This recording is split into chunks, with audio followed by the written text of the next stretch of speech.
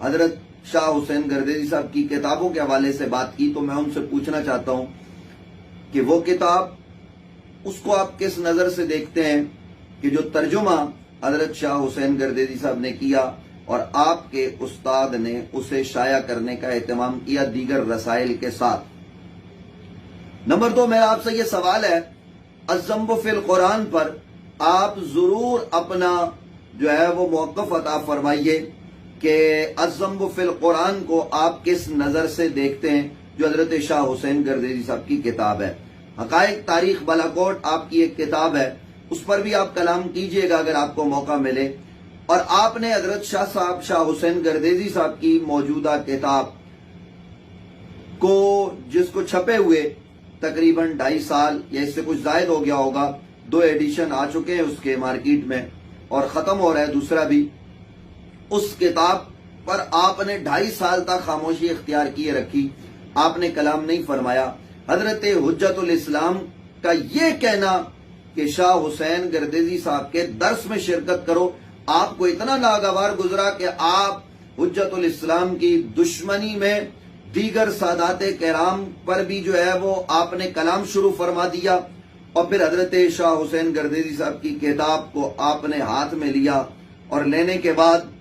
جو الزام آپ نے لگایا، محترم مفتی زاہد صاحب، آپ نے کہا کہ اس کتاب میں ام المومنین سیدہ طیبہ طاہرہ حضرت عائشہ صدیقہ رضی اللہ تعالی عنہا، ان پر ہمارے ماں باپ قربان، ہماری عزتیں قربان، کہ ان کو معاذ اللہ جہنم میں لے جانے کی بات کی گئی، جہنمی کہا گیا۔ تو حضرت مفتی صاحب آپ کے ذمہ یہ بات قرض ہے، حضرت شاہ حسین گردیزی صاحب زید شرفہ کی یہ کتاب آپ کے پاس ہے، آپ کے پاس 50 سال کا وقت ہے، آپ اس کتاب میں سے وہ مقام دکھائیں جہاں آپ کے بقول حضرت گردیزی شاہ صاحب نے ام المومنین کو معاذ اللہ جہنم میں لے جانے کی بات کی ہے۔ آپ پابند ہیں وہ مقام دکھانے کے۔ مفتی زاہد صاحب غور کیجئے، یہ آپ نے کتنا بڑا الزام لگایا۔ اس کے برعکس حضرت گردیزی شاہ صاحب ام المومنین کے حوالے سے کیا لکھتے ہیں، وہ بات بھی میں ناظرین آپ کی خدمت میں رکھنا چاہتا ہوں، لیکن میں آپ کو یہ بتا دوں کہ یہ جو کتاب ہے، اس کتاب پر طرح طرح کے تبصرے بھی آپ سنتے رہتے ہوں گے۔ میں آپ کی خدمت میں یہ بات کرنا چاہتا ہوں، رکھنا چاہتا ہوں کہ یہ کتاب کیوں کر لکھی گئی۔ حویلیاں ضلع ایبٹ آباد کی ایک تحصیل، وہاں پر قاضی طاہر ہاشمی صاحب ایک دیوبند مکتبہ فکر کے عالم تھے، انہوں نے ایک کتاب لکھ کر حضرت علامہ سعد الدین تفتازانی رحمت اللہ تعالی علیہ ان کو شیعہ قرار دیا، ان کی بعض عبارات کی بنیاد پر، کہا کہ ان میں تشیع تھا لہذا وہ شیعہ ہیں، اس طرح کی باتیں انہوں نے کی۔ جب وہ کتاب حضرت شاہ حسین گردیزی صاحب نے پڑھی تو آپ کے چونکہ علمی محسن، بلکہ آپ کے کیا ہر درس نظامی پڑھنے والے کے حضرت تفتازانی محسن ہیں، کیونکہ وہ درس نظامی میں ریڑھ کی ہڈی کی حیثیت رکھتے ہیں، تو شاہ صاحب نے ان کے دفاع میں یہ کتاب دیوبند مکتبہ فکر کے عالم کے موقف کے رد میں تحریر فرمائی کہ آپ نے جو بات کی وہ درست نہیں ہے، اور دلیل کے ساتھ قاضی طاہر ہاشمی صاحب کا رد کیا۔ اور اس کتاب کے سر ورق پر جو ٹائٹل پیج ہے اس پر شاہ صاحب نے یہ بات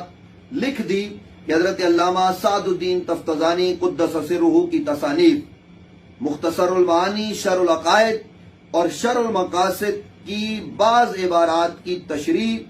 جو مدارس اسلامیہ کے طلباء کرام کے لیے سپرد قرطاس کی گئی ہے۔ یہ طلباء کی کتاب ہے جو مدارس اسلامیہ میں پڑھتے ہیں، مفتی زاہد صاحب آپ بخوبی جانتے ہیں۔ تو یہ کتاب تو اس تناظر میں ہے، اور حویلیاں کے وہ قاضی طاہر ہاشمی صاحب انتقال کر گئے، ان سے تو جواب نہیں بن پایا، انہوں نے یہ کتاب پڑھی ہماری معلومات کے مطابق، لیکن آپ ان کی جگہ پر جواب دے رہے ہیں، تو مجھے حیرت ہو رہی ہے۔ لیکن جو بات آپ نے کی وہ بات درست نہیں ہے ام المومنین کے حوالے سے۔ آپ کے پاس وقت ہے، آپ یہ ثابت کریں گے۔ اور ناظرین میں آپ کی خدمت میں یہ بات رکھنا چاہتا ہوں کہ حضرت گردیزی شاہ صاحب نے وہ بات تو نہیں کی جو مفتی زاہد صاحب حضرت شاہ صاحب کے حوالے سے کہہ رہے ہیں، بلکہ اس کے برعکس شاہ صاحب نے جو بات کی وہ میں آپ کی خدمت میں رکھنا چاہتا ہوں۔ شاہ صاحب نے اس کتاب میں لکھا ہے کہ جنگ کا آغاز ان کی مرضی سے نہیں ہوا، حضرت زبیر رضی اللہ عنہ ابتدائی سے الگ ہو گئے تھے اور حضرت علی رضی اللہ تعالی عنہ سے اتفاق کر لیا تھا، حضرت طلحہ رضی اللہ تعالی عنہ بھی الگ ہو گئے تھے، اور اسی طرح ام المومنین نے بھی اس سے دوری اختیار کر لی تھی۔ اس لیے علماء امت نے انتہا کا اعتبار کرتے ہوئے انہیں باغی قرار نہیں دیا۔ شاہ صاحب تو یہ تحریر فرما رہے ہیں کہ حضرت طلحہ، حضرت زبیر اور ام المومنین ان میں سے ایک بھی باغی نہیں۔ یہ علماء امت کی رائے ہے جس کو شاہ صاحب نے بیان کیا، اور شاہ صاحب اس کو قبول فرماتے ہیں، اور آپ کیا بات کر رہے ہیں مفتی زاہد صاحب، ذرا غور فرمائیے گا۔ اور پھر آگے چل کر آپ نے جو طریقہ اختیار کیا دلیل کی دنیا میں وہ نہیں ہوتا۔ آپ نے شاہ صاحب کے کھاتے میں وہ بات ڈال دی جو شاہ صاحب نے نہیں کی، یعنی شاہ صاحب نے مقصد طویل کی بات کر کے گویا آپ بتا رہے ہیں کہ صحابہ کرام، حضرت گردیزی شاہ صاحب نے صحابہ کرام علیہم الرضوان کو صحابیت سے خارج کیا، معاذ اللہ، ایسا نہیں ہے۔ حضرت گردیزی شاہ صاحب نے صحابی کی تعریف کی، اور ظاہر ہے اس تعریف کے لیے انہوں نے علماء امت کی طرف رجوع کیا۔ اصولیین اور متکلمین کی طرف جب رجوع کیا گیا تو انہوں نے یہ بتایا، انہوں نے یہ لکھا کہ صحابی وہ ہوتا ہے جس کو مقصد طویل میسر آئے۔ تو حضرت گردیزی شاہ صاحب نے وہ تعریف لکھی، وہ تو آپ نے بیان کر دی۔ تو حضرت گردیزی شاہ صاحب نے جو محدثین کی رائے لکھی ہے، ان کا جو مذہب بیان کیا ہے کہ وہ کس کو صحابی کہتے ہیں، آپ نے وہ بیان نہیں کیا۔ آپ کو وہ بھی بیان کرنا چاہیے۔ گردیزی شاہ صاحب رؤیت کی بھی بات کر رہے ہیں، لقاء کی بات بھی کر رہے ہیں، محدثین کے موقف کو بھی بیان کر رہے ہیں۔ مفتی زاہد صاحب حضور ذرا غور فرمائیے۔ اور پھر آپ کہتے ہیں کہ شاہ صاحب گردیزی شاہ صاحب نے صحابہ کرام علیہم الرضوان کو خارج کیا، جبکہ اس کے برعکس حضرت علامہ شاہ حسین گردیزی صاحب کیا تحریر فرماتے ہیں ناظرین، وہ ذرا آپ سماعت فرمائیے۔ اسی کتاب میں حضرت گردیزی شاہ صاحب تحریر فرماتے ہیں کہ جمل اور صفین میں قیادت صحابہ کرام کے پاس تھی، اور نہروان میں قیادت غیر صحابہ کے پاس تھی۔ حضرات صحابہ کرام کے بارے میں آپ کا یہ فیصلہ آج کے فریقین کو پیش نظر رکھنا چاہیے، اور وہ یہی ہے کہ اس اختلاف کے باوجود وہ اہل ایمان ہیں اور ہمارے دینی بھائی ہیں، ان کی عزت اور احترام کا جو حق ہے وہ آج کے ایماندار کو ادا کرنا چاہیے۔ ناظرین غور کیجئے، شاہ صاحب گردیزی شاہ صاحب تحریر فرما رہے ہیں کہ جمل میں اور صفین میں قیادت صحابہ کے پاس تھی، نہروان میں صحابہ کے پاس نہیں تھی، غیر صحابہ کے پاس تھی۔ پھر ان کی عزت اور تعظیم کا درس حضرت گردیزی شاہ صاحب دے رہے ہیں، اور آپ کہہ رہے ہیں کہ شاہ صاحب گردیزی شاہ صاحب کوئی اور بات کر رہے ہیں۔ ایسا نہیں ہے ناظرین، آپ ضرور جو ہے وہ جو اہل علم ہیں وہ اس بات پر نظر رکھیں، غور کریں کہ معاملات کو کس طریقے سے بگاڑ کی طرف لے جایا جا رہا ہے۔ اسی کتاب میں حضرت قبلہ شاہ حسین گردیزی صاحب محقق اسلام، محقق عصر رواں، آپ ایک اور بات تحریر فرماتے ہیں، اور وہ بات یہ ہے کہ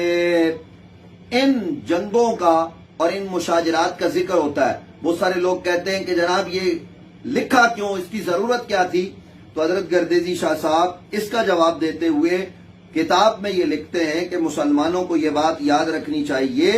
کہ اس کا ذکر عند ضرورت ہونا چاہیے، اسے وظیفہ بنا کر اس کا ورد جاری رکھنا اکابر اہل سنت کا طریقہ نہیں۔ عند ضرورت مسئلہ کی نوعیت واضح کرنے کے لیے ان تمام اکابر اہل سنت نے ذکر کیا ہے، یعنی جا بجا ان باتوں کا ذکر نہیں ہونا چاہیے، ضرورت کے وقت ذکر کیا جائے۔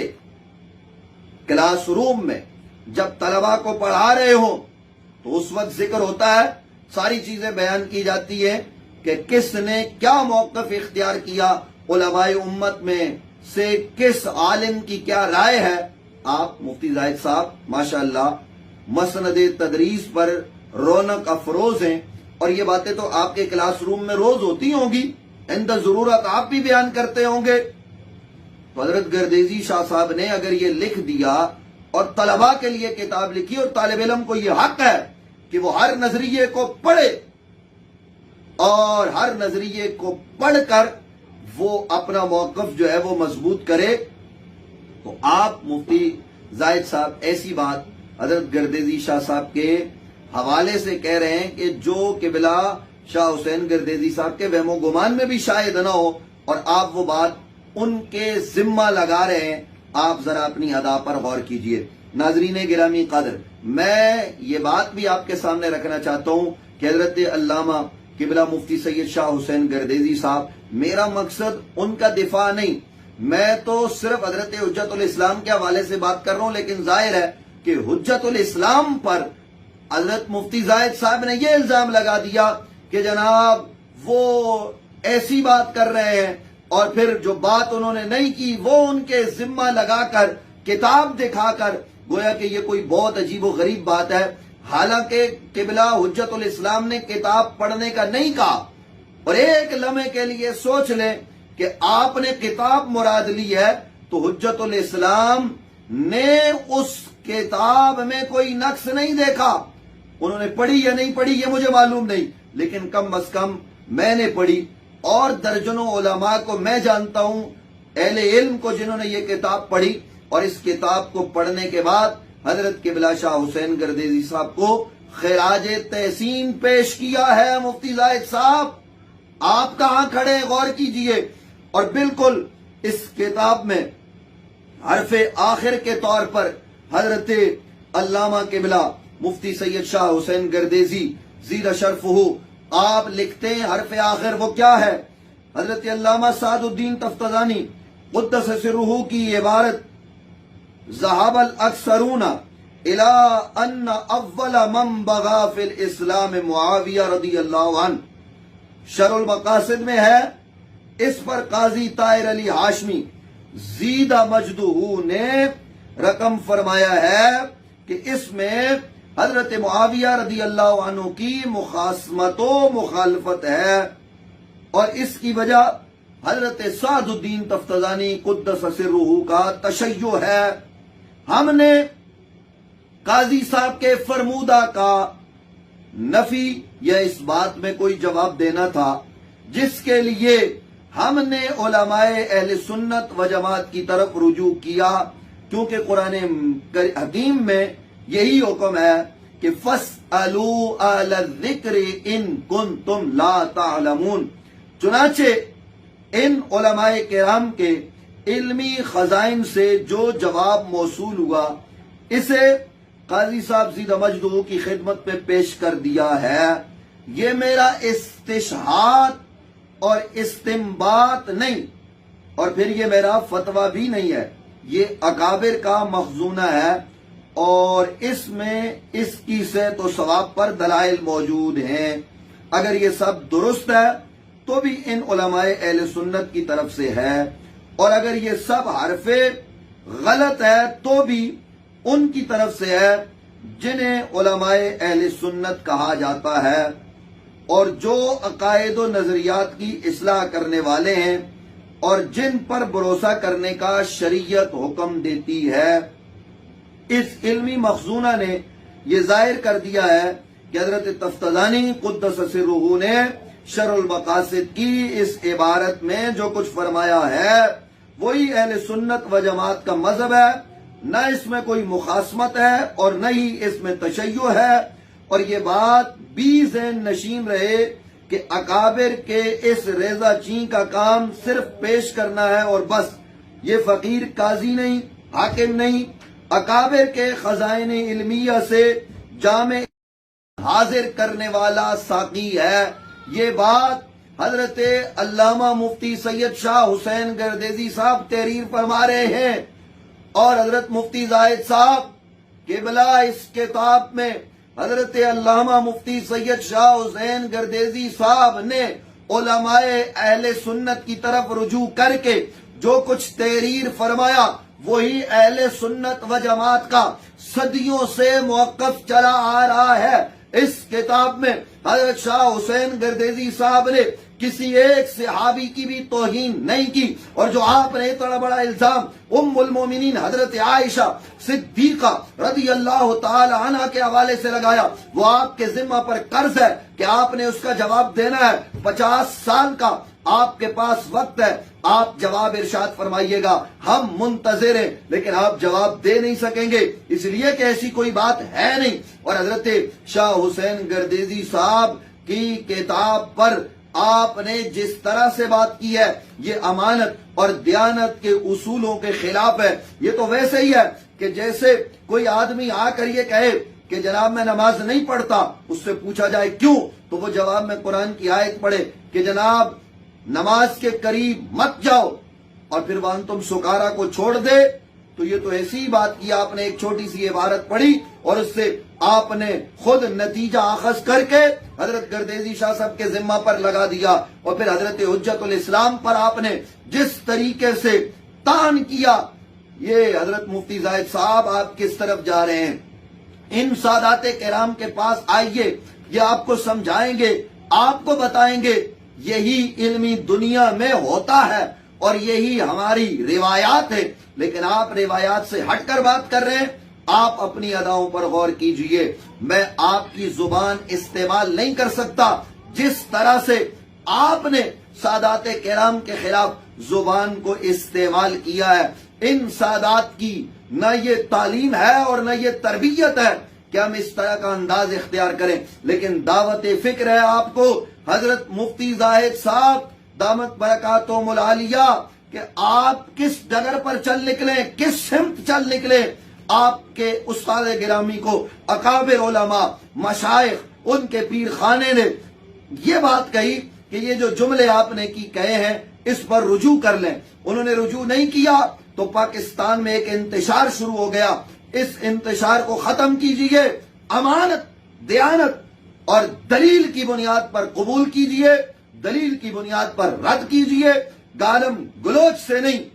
بلکہ محبت سے پیش آئیے، اہل سنت و جماعت کی صفوں میں اتحاد پیدا کیجئے، انتشار نہیں۔ اور وہ جو علماء ہیں، جو واقعتاً علماء ہیں، وہ جو بات لکھتے ہیں وہ بات دلیل کی بنیاد پر لکھتے ہیں، ان کی دلیل کی ہمیں قدر کرنی چاہیے، ان پر طعن نہیں کرنا چاہیے، ان کو برا بھلا نہیں کہنا چاہیے۔ یہ میری عاجزانہ آپ سے گزارش ہے، درد مندانہ، خدارا امانت اور دیانت کے اصول اپنا کر بات کریں۔ اور حضرت حجت الاسلام دامت برکاتہم القدسیہ قبلہ پیر سید عرفان شاہ صاحب مشہدی نے آپ کا کیا بگاڑا ہے؟ کیا ان کا یہ قصور ہے؟ علامہ عطا محمد بندیالوی استاد الاساتذہ امام المناطق رحمت اللہ تعالی علیہ کو بکھی بلا کر آپ کے استاد گرامی قدر کو پڑھانا یہ ان کا جرم ہے، یا آپ کے ادارے کے لیے لاکھوں روپے دینا یہ ان کا جرم ہے، کتابیں دینا یہ ان کا جرم ہے؟ حضرت عرفان شاہ صاحب کل تک سنیوں کے شہنشاہ تھے، آج بھی وہ اسی موقف پر ہیں، صحابہ کرام کا بھی دفاع کرتے ہیں، اہل بیت اطہار کا بھی کرتے ہیں، اہل بیت بھی اور صحابہ کرام بھی، یہ دونوں ہمارے لیے قابل احترام ہے۔ اہل بیت کی محبت کا درس بھی ہمیں بارگاہ رسالت مآب سے ملتا ہے، اور صحابہ کرام علیہم الرضوان کی محبت کا درس بھی بارگاہ رسالت مآب سے ملا ہے۔ اللہ اہل سنت کو صحابہ کرام علیہم الرضوان اور اہل بیت اطہار کے طریقے کو اپنانے کی توفیق نصیب فرمائے۔ مفتی زاہد صاحب، یہ چند گزارشات میں نے آپ کی خدمت میں اس نیت کے ساتھ پیش کی ہیں کہ آپ آئیے، غور کیجئے، دلیل سے بات کیجئے، الزام مت لگائیے کہ جناب فلاں نے ام المومنین کے حوالے سے یہ بات کر دی، گردیزی شاہ صاحب نے یہ کہہ دیا اور عرفان شاہ صاحب برابر کے شریک ہو گئے۔ معاذ اللہ، جن کے حق میں قرآن کی آیتیں نازل ہوئی ہوں ان کے حوالے سے کوئی مسلمان کیا سوچ سکتا ہے؟ آپ غور ضرور کیجئے گا، میری طرف سے آپ کو دعوت فکر ہے۔ اللہ تعالیٰ اہل سنت و جماعت کے حال پر رحم فرمائے، پاکستان کو سلامت رکھے، تا قیامت رکھے۔ سیدہ طیبہ